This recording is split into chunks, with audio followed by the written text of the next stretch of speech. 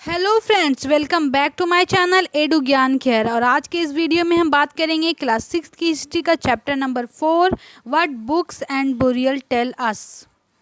Friends, इससे पहले कि मैंने 3 चैप्टर कंप्लीट करवा दिए हैं, आप जाके प्लेलिस्ट में उसे देख सकते हैं या मैं लिंक डिस्क्रिप्शन में दे दूंगी, आप वहां से भी जाकर पुराने वीडियोज़ को देख सकते हैं। अगर पहली बार मेरे चैनल पर आए हैं तो इसे सब्सक्राइब कर दें और वीडियो पसंद आए तो इसे लाइक और शेयर भी कर दें। चलिए फ्रेंड्स, आज का चैप्टर नंबर 4 शुरू करते हैं। सबसे पहले बात कर लेते हैं वेदास की। तो वेदास क्या होते हैं? वर्ल्ड के जो सबसे पुराने बुक्स हैं, oldest book in the world, वो हैं वेदास। और जो वेदास होते हैं वो 4 तरह के वेदास होते हैं: ऋग्वेद, सामवेद, यजुर्वेद और अथर्ववेद। जो ऋग्वेद है वो सबसे ओल्डेस्ट वेदा है, जिसे कंपोज किया गया था 3500 साल पहले। Rigveda includes more than 1000 hymns. मतलब जो रिलीजियस पोएम्स होते हैं वो ऋग्वेद में 1000 से भी ज़्यादा हैं। हाइम्स का मतलब होता है सुक्ता या वेल सेड।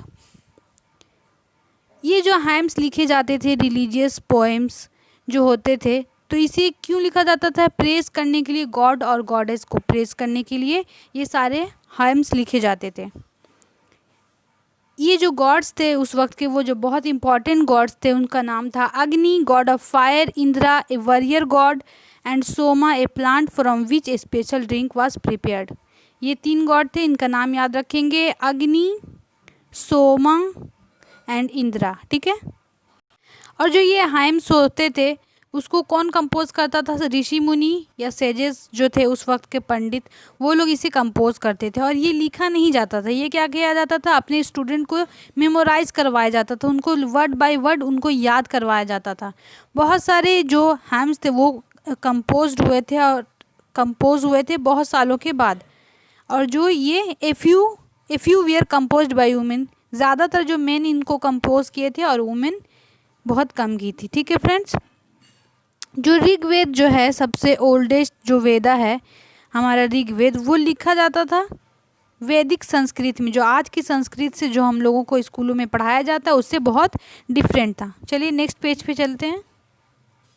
संस्कृत जो है वो एक बहुत ही इम्पॉर्टेंट लैंग्वेज है, जैसा कि हम लोग जानते हैं। तो हम लोगों ने अपनी आसानी के लिए क्या किया है, बहुत सारे लैंग्वेजेस के फैमिलीज़ बना दिए। तो जो संस्कृत है, संस्कृत कौन सा फैमिली का लैंग्वेज है? वो इंडो यूरोपियन फैमिली का लैंग्वेज है।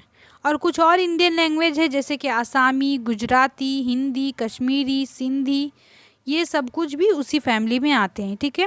एशियन लैंग्वेज जो है Persian and many European language जैसे है कि English, French, German, Greek, Italian, Spanish जो है वो एशियन लैंग्वेज से बिलोंग करते हैं।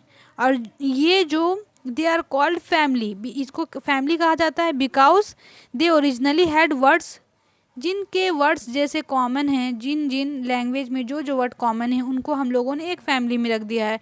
जैसे कि यहाँ एग्जांपल दिया गया है, जैसे कि मात्र, संस्कृत में मात्र कहा जाता है, उसी को हिंदी में माँ, एंड मदर कहा जाता है इंग्लिश। इसलिए इस तरह से मिलाकर जो जो एक जैसे मिलते जुलते हैं उसे हम लोगों ने एक फैमिली में रख दिया है। ठीक है। अदर लैंग्वेजेस जो यूज़ होते हैं सब कॉन्टिनेंट में, जो डिफरेंट फैमिली से बिलोंग करते हैं, those used in the north east belong to the north east में जो लैंग्वेज बोला जाता है वो कहाँ से बिलोंग करता है? तिब्बतो बर्मन फैमिली से। तमिल, तेलुगु, कन्नड़, मलयालम बिलोंग करता है द्राविडियन फैमिली से। और जो लैंग्वेज झारखंड में या पार्ट्स ऑफ सेंट्रल इंडिया में जो बोला जाता है उसको ऑस्ट्रो एशियाटिक फैमिली में रखा गया है। ठीक है। चलिए आगे बढ़ते हैं। जो भी बुक हम लोग यूज़ करते हैं, लिखते हैं, प्रिंट करते हैं ऋग्वेदा में, वो रिसाइटेड होता है और हर्ड होता है। मतलब वो तो उस वक्त पे लिखा नहीं गया था, वो बिल्कुल 200 साल के बाद, बहुत सारे आज से 200 साल पहले वो उसे लिखा गया था। क्योंकि पहले क्या था, सुन के याद किया जाता था, अपने स्टूडेंट को सुनाया जाता था। ठीक है। तो जो हिम्स लिखे जाते थे ऋग्वेद में वो डायलॉग के फॉर्म में लिखे जाते थे। This is a part of one such hymns, a dialogue between sage named Vishwamitra and 2 rivers. यहाँ आप लोगों की बुक में उसका एक एग्जाम्पल दिया गया है कि किस तरह से डायलॉग के फॉर्म में लिखा जाता था। जिसका एक एग्जाम्पल है विश्वामित्रा और ब्यास और शीतलस से वो जिस तरह से बात कर रहा है, वो यहाँ पे आप लोगों के बुक में उसका डायलॉग फॉर्म में दिया गया है। ठीक है। तो कश्मीर से हम लोगों को एक एक मैन्युस्क्रिप्ट मिला था। मैन्युस्क्रिप्ट मैंने बताया था कि जिसे हाथ से लिखा जाता है, ठीक है। तो मैन्युस्क्रिप्ट हम लोगों को कश्मीर से मिला था, एक बिर्च बार्क से के ऊपर से। उसी ही 150 साल पहले उसे उसका प्रिंटेड टेक्स्ट के तौर पर फिर उसे लिखा गया और उसे बाद में इंग्लिश ट्रांसलेशन भी किया गया, और वो अभी कहाँ है, पुणे महाराष्ट्र में अभी प्रिजर्व्ड है। तो मैंने यहाँ पे बताया था आप लोगों को कि किस तरह से विश्वामित्र और रिवर्स के दरमियान जो बातचीत हुई, जो डायलॉग्स हुए, वो आप लोगों को यहाँ पे दिया गया है। तो इससे हम लोग ये जो हिम्स है इसको पढ़ के हम लोग क्या कर समझ में आता है कि किस तरह से वो उस वक्त की ये दोनों नदियाँ जो इम्पोर्टेंट थी, किस तरह से ये नदियाँ इम्पोर्टेंट थी, और उस वक्त में इसे किस तरह से हॉर्सेस से कंपेयर किया गया, यानी हॉर्स भी उस वक्त के लिए बहुत ख़ास थे। तो ये जो हिम्स को पढ़ के जो हिस्टोरियंस ये पता करते थे, ये उसे पढ़कर ये पता चलता था कि ये जो लिखा गया है, ये हिम्स जो लिखा गया है वो इसी नदी के आसपास लिखा गया था, यानी कि जो जिस नदी के बारे में यहाँ पे बताया गया है, ब्यास एंड सतलज। और बहुत सारी नदियों का जिक्र किया गया है, जैसे कि इंडस और इसकी ट्रिब्यूटरीज सरस्वती के बारे में, लेकिन गंगा और यमुना के बारे में सिर्फ एक बार जिक्र किया गया है। तो और कौन कौन सी चीज़ उस वक्त के इतनी इम्पोर्टेंट थी, उस वक्त इम्पोर्टेंट थे कैटल, हॉर्सेस और चैरियट्स। बहुत सारे जो प्रेयर्स है ऋग्वेद में उस किसके बारे में है, कैटल के बारे में है, चिल्ड्रंस के बारे में, स्पेशली सन, और हॉर्सेस के बारे में। हॉर्सेस जो थे उसका इस्तेमाल किया जाता था चैरियट्स को चलाने के लिए, और उसके बाद जो बैटल में भी इसका इस्तेमाल किया जाता था। बैटल किसके लिए लड़े जाते थे, कैटल के लिए लड़े जाते थे, जानदारों के लिए, और ज़मीन के लिए भी, लैंड के लिए भी बैटल्स किए जाते थे उस वक्त में। जो लैंड्स किस लिए इम्पोर्टेंट थे, पास्चर के लिए, यानी कि जानदारों के लिए, चरने के लिए जो ज़मीन होता है उसके लिए, ठीक है। तो बहुत सारी चीज़ों जैसे कि लैंड, वाटर, कैटल, ये सब चीज़ के लिए उस वक्त के लड़ाई हुआ करता था, ठीक है।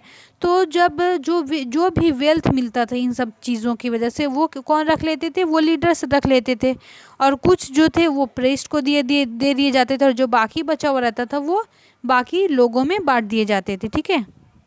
और कुछ जो वेल्थ था वो परफॉर्मेंस, याजना परफॉर्म करने के लिए, सेक्रीफाइसेस करने के लिए, ये सारा कुछ वेल्थ उसमें दे दिया जाता था। जैसे इसमें क्या क्या सेक्रीफाइस किया जाता था, घी, ग्रेन, और कभी कभी एनिमल को भी, जैसे आज भी होता है कि आग में उनको डाल दिया जाता है, इससे गॉड और गॉडेस खुश होते हैं, ऐसा माना जाता था, ठीक है। तो इस तरह से उस वक्त भी किया जाता था। ज़्यादातर जो ये वार्स होते थे इसमें कौन पार्ट लेता था, मेन पार्ट लेते थे।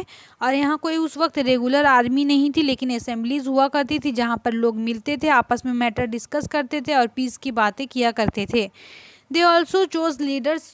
वो ऐसा नहीं था कि जिसका फादर है वही फिर दोबारा बन जाएगा लीडर, ऐसा नहीं था। जो भी ब्रेव और स्किलफुल वॉरियर होता था उसे अपना लीडर चुन लिया जाता था, ठीक है। अब देखते हैं वर्ड्स टू डिस्क्राइब पीपल, मतलब उस वक्त लोगों को किस बिना पर लोगों को नाम दिया जाता था। तो बहुत सारे उनके काम के वजह से, उनके लैंग्वेज की वजह से, उनके प्लेसेस रहने की वजह से उन्हें डिफरेंट लोगों को डिफरेंट नाम दिया जाता था। तो जो दो ग्रुप्स थे लोगों के, जिसमें थे, एक थे प्राइस्ट थे जो रिचुअल्स परफॉर्म करते थे, उन्हें ब्राह्मण भी कहा जाता था, और दूसरे थे राजाज। जो राजाज थे वो अभी के राजाज की तरह बिल्कुल भी नहीं थे। उनका ना कोई कैपिटल था, ना कोई आर्मी थी, ना वो कलेक्ट करते थे टैक्सेस को, लेकिन फिर भी उस वक्त के जो राजाज थे वो सारी जिम्मेदारी को संभालते थे, ठीक है। चलिए नेक्स्ट पेज पे देखते हैं। और ऐसा नहीं सिस्टम था कि राजा के बाद उसका बेटा फिर राजा बन जाएगा, ऐसा कोई सिस्टम नहीं था उस वक्त, ठीक है।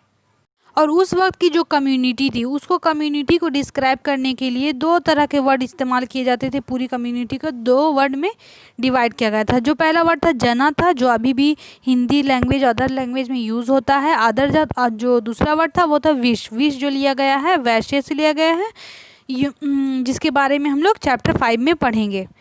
और बहुत सारे सेवरल विश और जना आर मेंशन्ड बाय नेम, उनको नेम के ज़रिए भी मेंशन किया गया है, जैसे पुरु जना, भारत जना और यदु जना वगैरह। आप देखते हैं कि do any these names sound familiar. देखिए अब यहाँ पे देखते हैं, sometimes the people who compose the hymns, जो कंपोज करते थे, जो लोग, वो खुद को क्या कहते थे, वो खुद को आर्य कहते थे, ठीक है।